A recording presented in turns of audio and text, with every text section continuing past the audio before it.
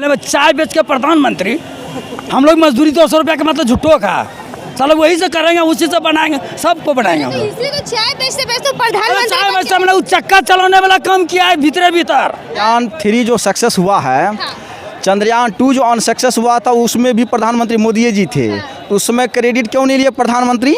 Chandrayaan 3 success हुआ है तो ये वैज्ञानिक का देन है। मंदिर, राम मंदिर कितना खर्च किया पैसा उसमें? 1700 करोड़। एक भी जनता को मिला कुछ? पेट भरा गया क्या? पेट भरा है मंदिर बनाने से? अबे कभी बाबा साहब का मूर्ति प्रतिमा बनाया है कि 2 करोड़ खर्च किए हैं? कहीं पूरे भारत में मोदी ने? कहीं नहीं।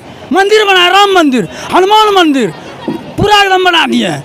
कभी बाबा साहब का 5 करोड़ का प्लान बनाया है? नहीं। हाँ जरूर आइए।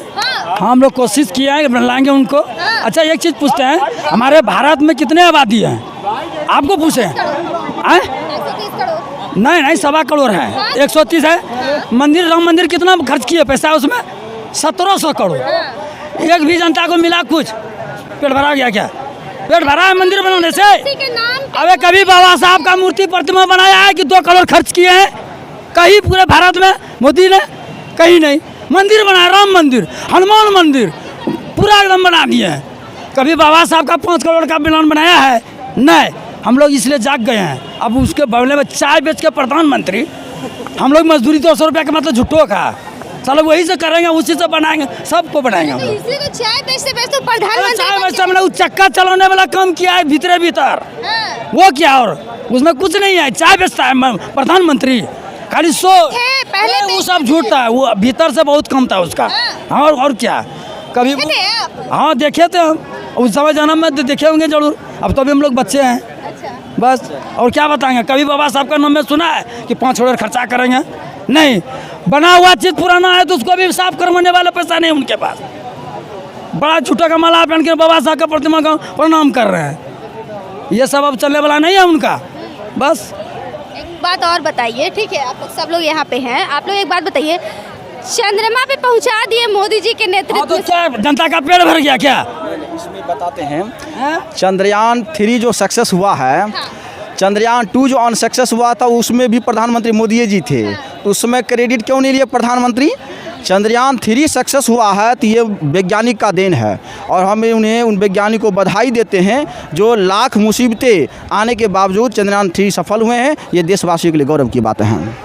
ये कोई मोदी जी के नेतृत्व में हुआ है, ये सोच। मोदी जी के नेतृत्व में असफल भी हुआ था चंद्रयान 2, वो क्रेडिट क्यों नहीं लिए थे उस समय? अगर मोदी जी का नेतृत्व था तो वो असफल क्यों हो गया? इसलिए मोदी जी का देन नहीं है, इससे सिद्ध होता है कि वैज्ञानिकों का देन है। हाँ वैज्ञानिकों का देन है। हाँ वैज्ञानिक और भारत का संविधान अधिकार जो दिया, संविधान भी तो बदलने की बात की जा रही है। देखिए जो संविधान बदलने की बात करते हैं वो मुट्ठी भर लोग हैं। उनके सलाहकार है, मोदी जी के सलाहकार हैं, मुट्ठी भर के लोग। जो RSS का ही प्रोजेक्ट वर्क है कि संविधान बदलना है और इस देश में मनुस्मृति संविधान को लाना है। हिंदू राष्ट्र मतलब मनुस्मृति। लेकिन जब तक बाबा साहब अम्बेडकर का अनुयायी है इस भारत में, इस देश में संविधान बदलने नहीं देंगे। बाबा साहब का प्रत्येक बच्चा कतरा उस संविधान के लिए उत्तरदायी तो रहेगा।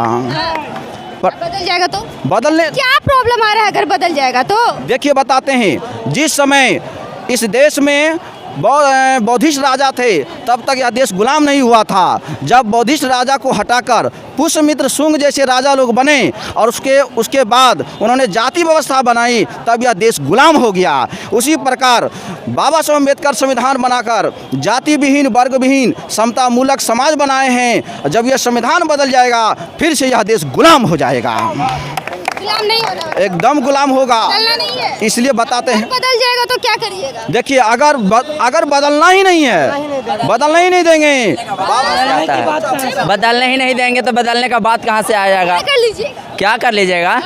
देखिए सबसे नहीं, एक सेकेंड, सबसे पहले तो हमारे बाबा साहेब ने लिख दिया संविधान में कि इसको आप बदल नहीं सकते हैं। ये मोदी जी में इतना दम नहीं है कि बदल सकें, क्योंकि बहुजन समाज के सारे भाई लोग अधिकतर से ज़्यादा पढ़े लिखे हो चुके हैं, और उनसे ये मेरा नर्म निवेदन है कि और पढ़िए लिखिए और शिक्षित बनिए, संगठित रहिए।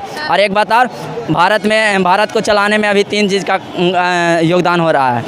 एक हो गया लेजिस्लेटिव, एग्जीक्यूटिव और जुडिशियरी। तो देखिए लेजिस्लेटिव तो अपना मुंह फाड़ रहे हैं कि हम करेंगे, हम संविधान बदल देंगे, लेकिन जुडिशियरी वहाँ का हाथ पांव मोड़ के बैठे हुए हैं। वहाँ भी बैठे चंद्रशेखर आज़ाद जो एडवोकेट है वो भी एक बार जंतर मंतर दिल्ली से अपना भाषण में कहे थे कि देख लीजिए मोदी जी, आप बदल जाइएगा, इस देश का प्रधानमंत्री बदल जाएगा, 1000 साल आने पर वाला सारा प्रधानमंत्री बदलेगा, देश बदलेगा, लेकिन आप संविधान को हाथ भी नहीं लगा सकते हैं।